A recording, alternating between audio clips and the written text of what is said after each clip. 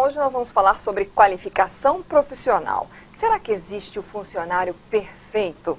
Será que as pessoas se consideram perfeitas? Bom, como a empresa pode fazer para melhorar aí também o seu quadro de funcionários? Estas e outras perguntas vão ser respondidas hoje pela psicóloga, coaching e profissional de RH, Marcela Marques. Obrigada pela sua presença aqui, Obrigada Marcela. a você pelo convite. Vamos já começar com essa pergunta. Tem funcionário perfeito? Não, isso realmente não existe.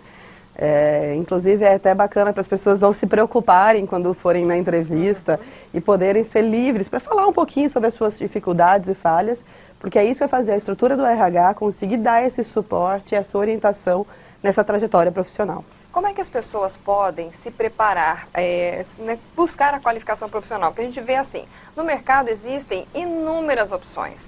É curso de qualificação, faculdade, curso de línguas. Como é que a pessoa ela deve começar a galgar os passos para se tornar um bom funcionário competente, digamos?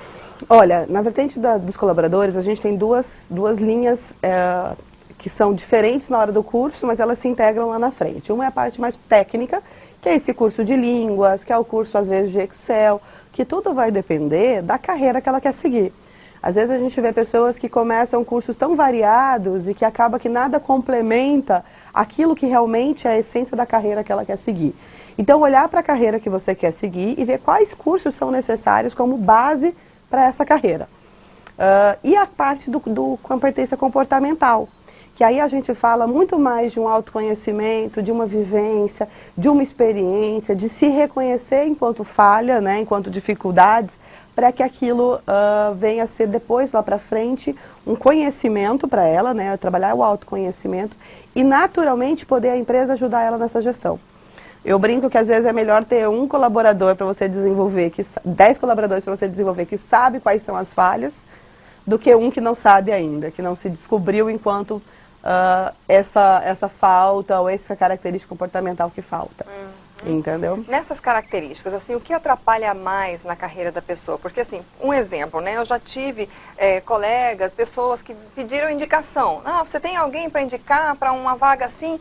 E aí, às vezes, eu penso em alguém e falo, tem tal pessoa. Ah, não, mas essa pessoa é muito difícil de lidar. Como é que a pessoa, que tipo de comportamento é mais difícil? Como a pessoa pode trabalhar essa área nela? Eu brinco muito que a gente tem que olhar para a empresa que está selecionando, para a vaga, para a equipe que está ali. Por quê? Essa pessoa ela não vai estar sozinha naquele momento, ela vai ter justamente uma equipe por volta, uma empresa em volta dela. Então, às vezes, o difícil para essa empresa não é para aquela. Uma característica que uma empresa valoriza, a outra não está valorizando tanto assim. Então, não tem como eu te dizer o que é bom ou o que é ruim, porque vai depender muito da junção dessa empresa, da junção dessa equipe que está lá dentro e o que está faltando. A gente, quando faz uma consultoria e entra para dentro da empresa para entender as necessidades de uma vaga, a gente tem que olhar muito esse perfil da equipe que está em volta. O que está faltando ali? O que tem ali que não precisa ser talvez tão forte num determinado candidato? Entendeu? Então não existe essa mágica. É óbvio que facilidade de relacionamento ajuda, mas também não é tudo. É óbvio que comunicação ajuda, mas também não é tudo, porque tem áreas que vai ser exigido isso deles. Para quem é funcionário, é importante que a pessoa se conheça como seu temperamento, aquela profissão que ela está escolhendo, o que ela precisa fazer para ela conseguir se encaixar, digamos, pessoalmente falando? Então, se encaixar é uma palavra muito difícil, né? Você se colocar numa caixa que não é sua, você vai estar naturalmente inquieto, instável, e você não vai produzir o seu melhor.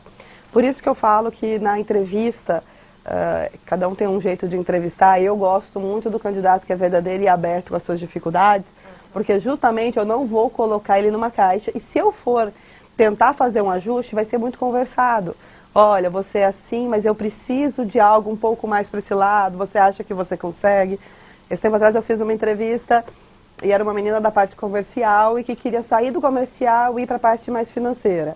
E eu tinha uma vaga para essa área. E aí meu questionamento foi, tá, mas você está de uma história comercial, como que seria para você se encaixar nessa caixa hoje, que é completamente diferente? Quais seriam as suas dificuldades? Quais seriam as suas facilidades? Para a pessoa conseguir perceber também que não é fácil voltar para uma caixa que não é a sua. Entendeu? Então eu trato muito com a sinceridade, com a honestidade do candidato, passando para ele tanto às vezes o que eu preciso ao final da entrevista, né? Como também tentando mostrar para ele que às vezes não vale a pena. Não vale a pena ele se podar, se viver numa caixa que não é sua, que ele não vai perdurar ali muito tempo. Para os profissionais de RH, como conseguir perceber essas questões aí dos candidatos que chegam e às vezes até simulam, né, um comportamento, uma forma de ser que não é a real? Então, eu enquanto profissional de RH, eu sempre falo que eu não sou de dar dicas de como se comportar. Porque qualquer coisa que a pessoa receber de dicas vai ser muitas vezes fora do que eu preciso e não vai me trazer o conhecimento realmente dela. Então, para o candidato, quanto mais sinceridade, quanto mais honestidade tiver, com certeza melhor vai ser a entrevista, melhor vai ser o retorno. Para os selecionadores ou recrutadores ou empresários mesmo que fazem a parte de entrevista na sua empresa, eu falo muito sobre o ouvir. Quando a gente ouve abertamente, eu falo sem preconceitos, entendendo a origem da palavra, entendendo o significado para aquela pessoa. Às vezes você tem palavras, por exemplo, assim, eu não sou muito comunicativa. Você não pode dizer que essa pessoa é calada. Ela só não é muito comunicativa. E às vezes até questionar como é não ser comunicativo para você. Onde você sente dificuldade de ter essa comunicação? Porque aí você vai entender realmente a pessoa, fora os termos, fora as palavras, que às vezes vêm banhadas de autoconhecimento, né? Eu tenho uma visão de comunicação, para você é outra. Para um cargo igual como jornalista, a comunicação é algo essencial num nível mais elevado. Para alguns cargos, a comunicação ela pode ter uma dificuldade que não vai ser um problema. Então, entender muito essa palavra, entender muito o que a pessoa está falando, trocar uma ideia realmente de forma aberta e com a mente aberta para ouvir.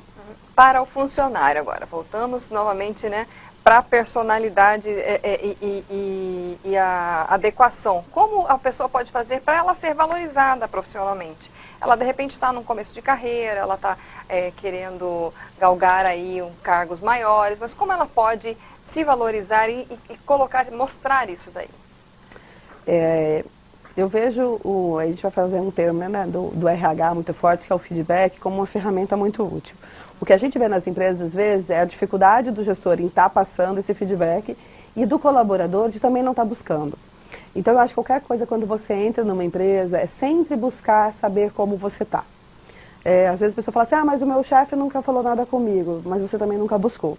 Então, também ir atrás é uma responsabilidade do candidato, é uma responsabilidade do colaborador novo, para entender essa parte de cultura, adaptação, até que ponto está bom, até que ponto não está.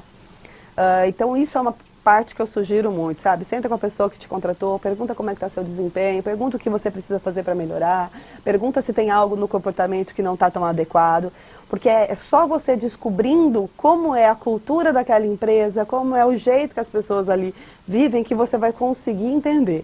E se for algo que realmente não vale a pena para você se ajustar, né? Não, peraí, este ponto eu não quero, esse ponto eu não quero entrar, que isso seja muito claro e sem dor. Né? Que você simplesmente entenda que você tem características que para aquela empresa não é valorizada, não que você é ruim. Ou que você tem características que para aquela empresa é desvalorizado, mas você não é ruim. Você só não está, talvez, no lugar que seria mais apropriado ou um lugar mais confortável para você demonstrar toda a sua habilidade e conhecimento. Existe também um movimento no mercado, às vezes, assim, nesse caso, o funcionário que não está muito satisfeito e tal, às vezes ele começa a buscar fora no mercado algo que, né, de repente ele consiga desenvolver melhor. Como fazer essa transição sem incorrer em questões éticas, por exemplo? Né, existe uma forma de fazer essa troca? Aí a gente vai de novo para o ética, né? Cada empresa vai ter um jeito de lidar com isso. É ética assim. pessoal. Eu entendo muito que se você tem uma abertura legal com o seu chefe, se você tem uma parceria legal, eu acho que vale a pena você falar, olha, estou insatisfeito por conta disso e disso e disso, e por isso estou colocando o meu currículo no mercado, né? Estou disponibilizando ali para a gente ver se eu encontro alguma outra coisa de forma honesta, natural, seria o ideal. Mas às vezes você está numa empresa onde você não tem essa abertura. Onde você não tem essa liberdade de falar, e que talvez você falar isso vai virar sua demissão de imediato. Então aí você vai sentir qual é essa empresa, como vale isso. O legal é sempre ser muito aberto, muito verdadeiro. Até porque nós de RH, quando a gente está buscando o currículo, a gente encontra, né? Então, nossa, olha o pessoal daquela empresa, está buscando o currículo, aquela pessoa que eu conheço. E se a sua empresa tem um RH, ela vai ver o seu currículo também no mercado, né? Ela vai entender que isso está ali e tudo mais. Mas eu não vejo isso como um problema para a maioria das empresas, não, viu? Né? Eu brinco até, bom, às vezes tem funcionários muito desmotivados, né? Ou pela questão salarial, ou pela questão de empresa. Eu falo, você já tentou colocar o seu currículo no mercado? Será que ele vai ser bem aceito? Será que ponto realmente você está lutando por algo que você também ainda não tem para oferecer para fora? Então tem um lado também que é bom para testar. Às vezes a pessoa, ela sinaliza e aí já para o mercado que ela vai estar disponível, e eu quero estar, e aí já começam a aparecer as propostas, né? Aí Sim, é um bom sinal. É um bom sinal, normalmente. E aí como são as propostas? São melhores do que eu estou ou são piores do que o que eu estou? Né? O que leva a crer que eu posso receber mais ali?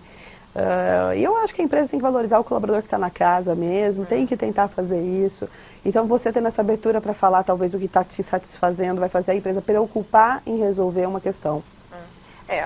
Em tempos em que a reforma trabalhista trouxe bastante insegurança ainda, e principalmente aí entre os próprios operadores do direito, né, os estudiosos, ainda tem muita coisa em debate, né? Sim. É preciso ter cuidado, né?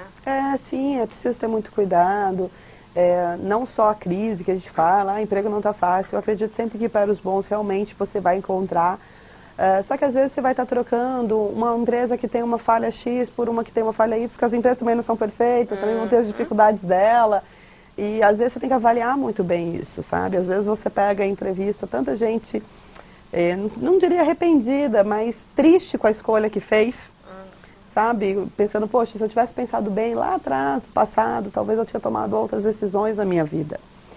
Então às vezes vale a pena não se levar pelo esse imediato, até das vezes da sensação assim, ninguém me valoriza, ninguém gosta de mim, eu não recebo aumento, então eu vou para o mercado. Que às vezes o mercado também não está valorizando, ou não está preocupado com isso, ou precisa ter essa troca com o chefe, né? Quando as pessoas são demitidas e aí você vai conversar com o chefe, ele nunca veio falar comigo, ele nunca me comentou sobre isso, eu nunca soube que isso era uma insatisfação. Isso é complicado, que aí você perde uma pessoa qualificada, adaptada à cultura, por não ter um diálogo. Às vezes o próprio chefe tem uma dificuldade, Sim. né? Precisaria de ter também esse acompanhamento aí num nível acima, né? Se eu falar escadinha, né, ela vale para todas, né? Então você sempre está querendo aí ouvir, estar ali, estar disposto e tudo mais. Bom, Marcela, para a gente então encerrar, que tipo de conselhos você daria, tanto para o profissional que está aí no mercado de trabalho, como para as empresas que têm às vezes o seu RH enxuto ou tem um RH constituído, né, no maior número de profissionais, mas nessa nossa realidade, não sei se você gosta de dar conselhos, né, mas que orientações você poderia passar para a gente finalizar a entrevista? Olha, eu acho que para o candidato que está em busca de um emprego é sempre procurar se autoconhecer, procurar entender. E para isso a melhor forma é os feedbacks realmente, é perguntar para a pessoa como eu estou, o que eu tive de dificuldade, quais foram as minhas dificuldades. A gente sabe que os gestores têm uma dificuldade muito grande em passar isso, mas é algo também que com o tempo, com a confiança vai facilitando. Porque ele se conhecendo, ele pode ir para a entrevista mais limpo. Limpo que eu falo é sem vestir máscara, sem colocar ideias de que eu tenho que falar que eu sou proativa, eu tenho que falar que eu sou dinâmica, eu tenho que vestir esse monte de palavrinhas, né? Que na verdade às vezes não faz sentido nem para a profissão, para a atuação que a gente está procurando. E ser o mais sincero possível durante a entrevista. Eu não acredito em nenhuma dica melhor do que seja você. Tá? Eu acho que seja você que vai me trazer realmente a essência daquilo que eu preciso. E para quem está selecionando, eu acho que além, obviamente, você entender a cultura da empresa, entender o momento que a empresa vive, entender o que ali precisa, tentar sair dessas palavras também, que é a primeira coisa que eles fazem quando abrem uma vaga, é encher uma lista de pré-requisitos comportamentais gigantescos e pré-requisitos técnicos gigantescos, né?